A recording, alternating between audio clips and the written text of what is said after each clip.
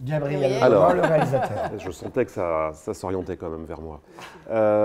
Donc ce film Tout contre elle est l'adaptation d'un roman de Tatiana Droney, dont le titre initial était Spirale. Pourquoi Spirale? Parce que tout simplement, c'est un film autour du mensonge et de l'enfermement d'un personnage qui ne peut pas dire ce qu'elle a vécu, ne peut pas dire la vérité, s'enferme progressivement et chute à travers ce mensonge. Donc c'est l'histoire de son enfermement, c'est l'histoire aussi d'un chantage.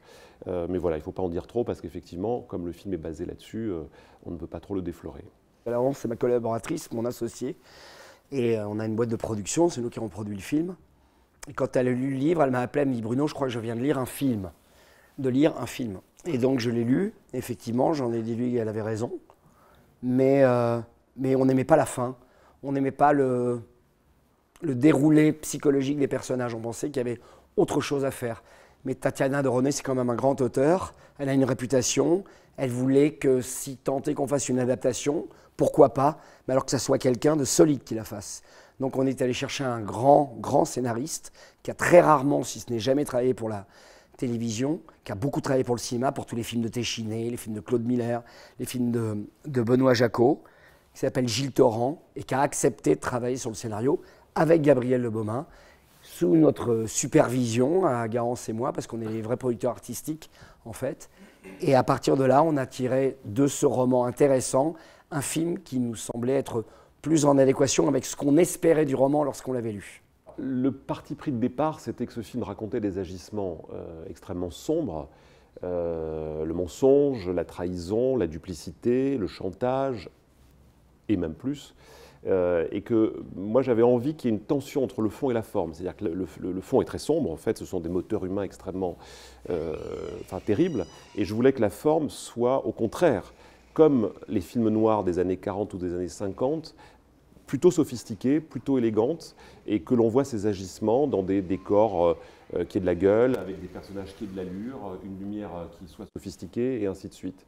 On peut aller plus loin, après les références, elles peuvent aussi un peu nous écraser, parce qu'on n'y arrive pas vraiment, mais c'était aussi le cinéma que moi j'aime beaucoup, cinéma d'Hitchcock. C'était aussi, on parlait beaucoup de Chabrol, sur le fond, plus que sur la forme d'ailleurs. Voilà, donc on était plutôt dans cette esthétique-là. Et puis j'ai eu un bon partenaire pour travailler dans ce sens-là, deux partenaires importants qui sont le directeur de la photographie Jean-Marie Drejoux, qui a fait un très beau travail de lumière et de cadre, bien qu'on soit dans une économie de téléfilm, c'est-à-dire on tourne de façon très rapide, il a quand même déployé tout son talent, et un chef décorateur, Nicolas Douacuyer, qui a aussi intégré tous les paramètres dont je viens de parler, qui les a aussi parfaitement déployés. Alors déjà, je voulais parler de Sophie Quinton. Sophie Quinton, ça a été une grande rencontre. Et j'ai eu la chance d'avoir face à moi une grande actrice. Mais vraiment, une grande actrice, ultra généreuse dans le jeu et supra professionnelle. Mais je veux dire par rapport à ça que c'est quelqu'un de très concentré qui connaît son personnage le premier jour au premier plan. Et donc, du coup, ce qui nous amusait toutes les deux, c'était qu'on on se surprenait toutes les deux, en fait. Donc on n'a jamais dit ensemble comment on allait aborder telle ou telle séquence, jamais. Mais c'est ça qui était génial, parce que comme les séquences sont quand même bien tordues, c'est de la manipulation, enfin de la manipulation du côté de Sophie Quinton, entre autres. Parce que ce qui est génial, c'est qu'elle arrive à mettre tellement de couches sur son personnage. Enfin, pour moi, je suis en grande admiration pour l'actrice. Et mon personnage est tout le temps surprise et a 100 000 questions, enfin ne comprend pas ce qui arrive. C'était vraiment un grand plaisir de travailler ensemble. Ces moments, ces petits duels comme ça qu'on avait toutes les deux, c'était des super moments où on était heureux de faire notre métier. Et puis c'était pareil avec tous les acteurs, c'était une petite équipe.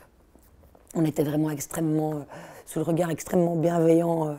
Et rigoureux.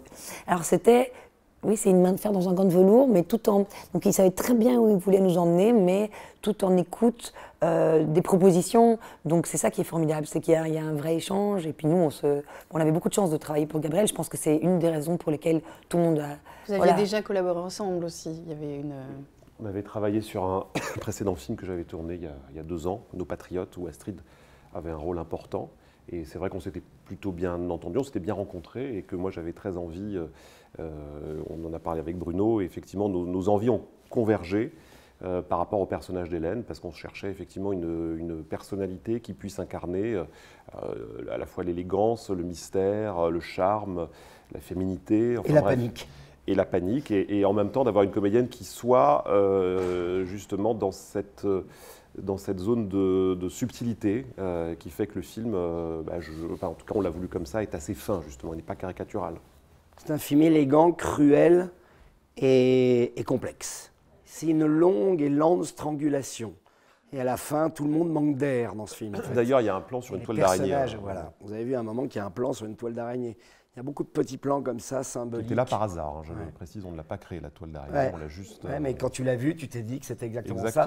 Et en plus, ça coïncide au moment où lui dit, Patrick Timsit lui dit, voilà les clés de la maison, ce qui symboliquement est une phrase qui en dit long sur, effectivement, l'avenir de notre histoire, quoi. Voici les clés de la maison, c'est tout ce qu'elle a attendu depuis le début. Et puis c'était un film aussi sur la cruauté des classes sociales qui ne peuvent se rencontrer. Et lorsqu'elles se rencontrent, ça fait une sorte de secousse tellurique qui emporte tout le monde. Et souvent, à la fin, on retrouve les mêmes vainqueurs. Et c'est la cruauté de ce film. Oui, c'est la figure de la spirale. Oui, c'est ça, c'est pour le coup, là, on rejoint. Moi, je n'avais pas oublié le titre d'origine. Qui raconte bien les choses. Nous, on avait envie d'un titre plus narratif, en fait, plus incarné, etc. Mais l'image est très forte, c'est-à-dire la vie sans fin. Et donc, effectivement, je me suis dit, dans la mise en scène, il fallait qu'on retrouve cette forme-là. Quand le personnage d'Hélène, à la sortie de l'école, comprend qu'elle est totalement dans ce piège et qu'elle n'a qu'une possibilité, c'est partir. Et puis, effectivement, Sophie, quand elle investit la maison sur ce fauteuil, ça c'est le hasard de la décoration, qui était la décoration naturelle de la maison. Tout le monde, pendant le tournage, s'asseyait sur ce fauteuil et s'amusait et tournait. Et moi, je disais, donc, si tout le monde le fait, c'est que le personnage doit le faire. Et donc, j'ai demandé au chef opérateur, je dis, est-ce qu'on peut installer, à ton avis, une caméra qui soit solidaire du fauteuil pour avoir un effet de manège? Et je dis, on va le faire, et voilà, on a fait ce plan. Oui, la maison est un vrai personnage du film. En effet, c'était primordial. Gabriel a travaillé avec les repéreurs et le chef déco. On a eu plusieurs choix de maisons. Cette maison nous a tous paru être le personnage du film parce la maison est vraiment un personnage central. Elle accentue aussi la différence sociale qui est très importante dans ce film et qui prouve en effet un monde inaccessible, un lieu inaccessible, un monde inaccessible. Et une prison dorée en même temps. Et une prison dorée pour le personnage. On ne mesure pas à quel point un décor peut surdéterminer un film. C'est-à-dire que ce film-là, dans un autre décor, raconterait la même histoire avec les mêmes personnages, pourrait être intéressant, mais il y aurait toute une dimension du film qui nous aurait échappé. Et donc c'est vrai que moi j'étais très vigilant à ce décor parce que j'avais vu sur le plan de travail que sur 21 jours, il y avait 11 jours dans la maison, c'est-à-dire plus de la moitié, et que je savais que la mise en scène s'épuiserait dans une maison plus conventionnelle parce qu'on aurait répété les lieux, les cadres, les axes, qu'il n'y a pas 36 façons de filmer les choses, au bout d'un moment en tout cas, et que cette maison, tout en répondant parfaitement aux besoins du scénario, nous offrait des espaces de circulation pour les personnages, pour la caméra, des jeux de reflets entre l'intérieur et l'extérieur, à l'intérieur même des pièces et ainsi de suite. Et c'est vrai qu'on revient à la référence dont on parlait du cinéma des années, des films noirs, des années 40-50. Les maisons sont souvent centrales, les escaliers, vous voyez, dans tous ces films-là, de films américains de ces années-là, il y a toujours la maison qui est l'endroit du drame, en fait, et qui est extrêmement dramaturgique, en plus d'être photogénique. Et là, en plus, la référence la plus immédiate, et parce que la maison y ressemblait, c'est celle de Ghostwriter, le film de Polanski avec Pierce Brosnan, là où effectivement cette maison devient effectivement une cage inquiétante, comme si on était à l'extérieur et qu'on était des souris dans une sorte de laboratoire comme ça. Ouais. Que souvent avec chez les arbres qui sont eux aussi inquiétants, comme très souvent chez Polanski. La paranoïa et le lieu qui bouffe les personnages. Les huis clos tout en transparence. On voit ce qui se passe et les gens sont bouffés de l'intérieur. Et quand la production... et c'est là où je pense qu'on a été fort sur le film parce qu'on a tous été main dans la main. Il n'y avait pas la mise en scène contre la production contre la chaîne. Ouais. On était tous vraiment dans la même idée. Et quand la production a compris que cette plus-value artistique, elle était essentielle et s'est battue et a demandé tout simplement à ce que les moyens soient mis sur et qu'on les a eus, c'était formidable. Moi, je me suis dit, parce que c'est la chaîne qui a mis au bout. Et Arte, de ce point de vue-là, qui sait lire des scénarios, a dit oui, vous avez raison, c'est un peu plus cher. La maison coûtait beaucoup plus cher que les prix usuellement pratiqués. Et ils ont dit oui, vous avez raison, parce qu'ils ont été convaincus par les arguments qu'on a pu développer sur sur l'artistique, quoi. Et ça, c'est bien.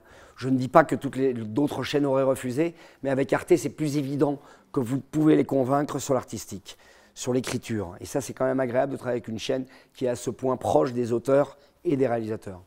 Astrid Wetnal est venue très très vite pour jouer Hélène. Ils ont dit, elle est formidable. Et Astrid Wetnal, c'est pas lui faire offense que de lui dire, c'est pas encore une actrice. Elle va le devenir, je suis pas inquiet là-dessus, mais c'est pas encore une actrice du niveau de certaines actrices françaises qu'on ne citera pas, ou belges d'ailleurs, qu'on ne citera pas, mais qui sont des têtes d'affiche. Mais Arte, il s'en fiche de ça. Il voit l'incarnation du personnage. Il connaissait Astrid, parce qu'elle avait déjà travaillé avec eux sur un film, et ils ont dit, oui, c'est elle. Et ça, franchement, ça fait vraiment, vraiment, vraiment du bien, artistiquement parlant, pour des réalisateurs, pour des producteurs, pour des auteurs. Et alors, ne parlons même pas pour des actrices et des acteurs. Ça fait du bien d'être reconnu pour ce qu'on est, à savoir un acteur ou une actrice de talent, indépendamment de son bankable, de sa notoriété ou pas. Et ça, c'est bien. Et ça, c'est un petit coup de chapeau à Arte. Oui, c'était intéressant d'être dans la salle et de voir le film avec le public, parce qu'effectivement, souvent en film de télévision, on n'a pas cette chance-là de le partager avec un public. Et c'est vrai que moi, j'aime bien, je suis attentif. Et je sentais que les gens étaient très concentrés et dedans, quoi. Donc c'est super agréable. Je me permets de dire quelque chose parce que c'est sur le travail de Gabriel et du chef opérateur. C'est que je trouve que le film est beau tout le temps, mais la beauté n'est jamais gratuite. Elle donne avec subtilité toutes sortes d'indices, mais tellement subtils et intelligemment dit. On fait confiance au spectateur, en fait. Et je trouve que c'est une grande qualité du film. Elle est vraiment jamais gratuite, c'est vrai. Oui, non, c'est pas une beauté pour faire des beaux plans, pour faire esthétique, c'est vraiment... voilà, l'esthétisme ne fait que servir la narration, en réalité. C'est ça qui est intéressant. Et il y a le côté, du coup, cage dorée où tout a l'air magnifique, et en fait, à l'intérieur, on sent des solitudes, on sent des... Enfin, il y a tellement de personnes en détresse et en souffrance dans tous les côtés. C'est la beauté du diable. Les apparences. Mais après, il y a des décors qui contrastent aussi. Il y a tout l'univers d'Alice, hein, quand elle l'amène chez elle. Et alors là aussi, l'idée, c'était pas parce qu'on était chez Alice qu'il fallait que ce soit scabreux, misérable. Pas de misérabilisme. Moi, j'ai dit à la déco, je veux absolument pas qu'on fasse un décor misérable. Il faut que ce soit propre, harmonieux, jusqu'à un point qui soit angoissant. C'est-à-dire que, en fait, si on regarde maintenant le détail de ce décor-là, tout est en équilibre, y a comment dire, tout est en harmonie et tout est dans les verts, dans les pastels de verre, dans des fleurs. Décidément, après la beauté du diable, le diable est dans les détails. Voilà. C'est un film diabolique, à la Clouseau. Avec la danseuse. danseuse. Avec la danseuse, oui. Qui n'était pas du tout prévu. Alors ça, c'était pas du tout prévu, la danseuse. Moi, j'aime bien en fait que les choses soient très maîtrisées, sans les corseter, sans les fixer, parce que la vie sinon rentre pas dans le film. Et de rester toujours ouvert sur la toile d'araignée dont je vous parlais. Et la boîte à musique, je me souviens très bien, on était en train de préparer la lumière sur le décor. Et nous, on était dans une petite chambre, c'était un appartement qu'on avait loué. Et dans cette chambre, il y avait des objets de l'agent. Et puis j'ouvre cette fois, je dis, tiens, c'est bizarre, une boîte à musique avec une danseuse, et qui est en plus dans les couleurs qu'on cherche du film, mais qu'est-ce qu'on va en faire? Et je suis allé la poser sur la table en me disant à Sophie, tiens, ça serait marrant que là, tu l'ouvres à ce moment-là. Et donc c'était le hasard, purement le hasard, qui a fait rentrer ça. Et ça donne un côté effrayant, à la fois enfantin, totalement dingue, la danseuse, enfin voilà, il y avait plein de choses. Est-ce qu'elle l'avait calculé? Est-ce que c'est le hasard et tout? Tout est troublant dans les actions du personnage d'Alice. Ouais.